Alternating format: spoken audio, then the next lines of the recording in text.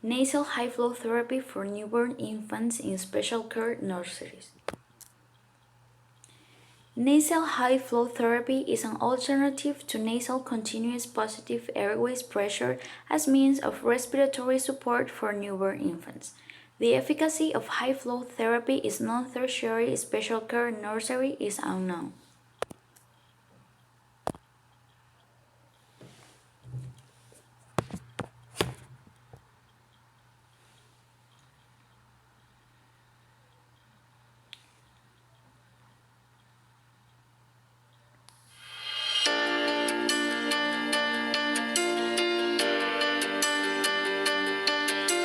Flexicare's high-flow nasal cannula delivers high-flow oxygen therapy using warmed and humidified gas with oxygen concentrations between 24 and 60%.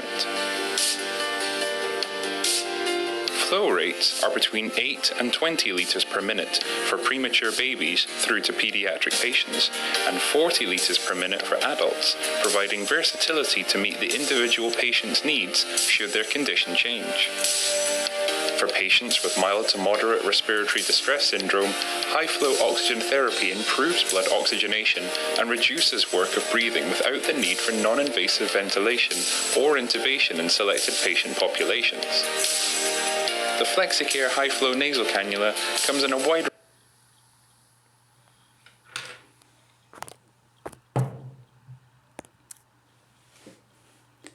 Applications in medicine.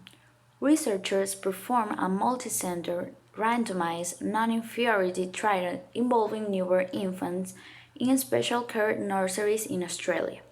Newborn infants with respiratory distress and a birth weight of at least 102,000 grams were assigned to treatment with either high-flow therapy or CPAP.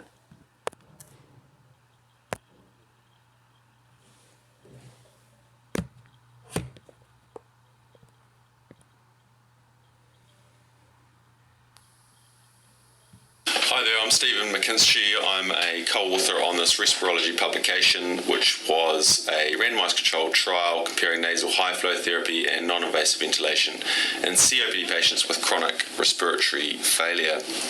So hypercapnic respiratory failure in COPD is associated with high healthcare costs, reduced quality of life, and is a predictor in itself for increased mortality. We know that NIV, non-invasive ventilation, is the gold standard for treatment of hypercapnic respiratory failure in the acute setting, but may be poorly tolerated with intolerance rates of up to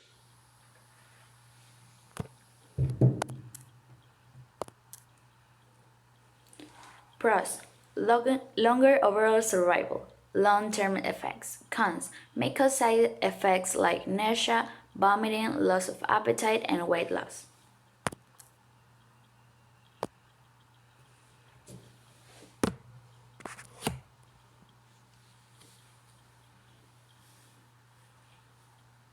Hi, George here. Hope you're doing well. This is the quick and the dirty about high flow versus low flow oxygenation, and everything's based upon inspiratory flow rate of your patient. So not to get into too much detail, but because this is the quick and the dirty, let's look at the patient's flow rate. Low flow systems do not come close to matching the patient's inspiratory flow rate. High flow systems do exceed the patient's inspiratory flow rates. Low flow systems are capable of delivering various FiO2s to your patient depending on how fast they're breathing and what you're setting them at. High flow systems always guarantee the setting of oxygen that you have going to your patient when the high flow system is set up appropriately, and are also capable of low versus high oxygen concentrations as well. So let's look at the concept quickly of what oxygen or inspiratory flow rates are.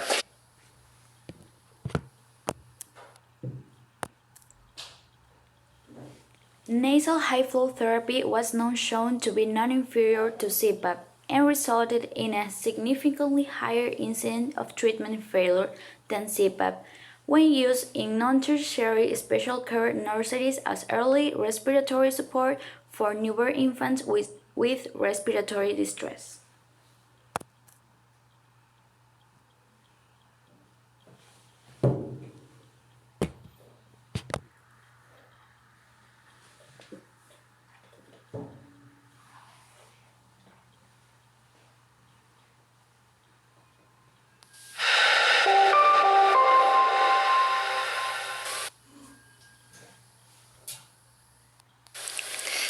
I'm Kauthar Sayi, Product Manager at Hamilton Medical and responsible for high-flow oxygen therapy in our ventilators. Today, high-flow oxygen therapy is widely used for the treatment of acute respiratory failure in critically ill neonates, pediatrics, and adults. With high-flow oxygen therapy available as standard or optional feature on almost all our ventilators, we offer an effective solution for all patient groups. You can easily switch between invasive or non-invasive and high-flow oxygen therapy without changing the device or even the breathing circuit. Only the ventilator mode and the patient interface have to be changed. You can deliver a fraction of inspired oxygen between 21% and 100% at a flow up to 60 liters per minute with the Hamilton G5 S1 and up to 80 liters per minute with the Hamilton C3, C1 and Hamilton T1. The delivered flow is heated to 37 degrees Celsius and optimally humidified to 44 milligrams of water per liter using the Hamilton H900 humidifier.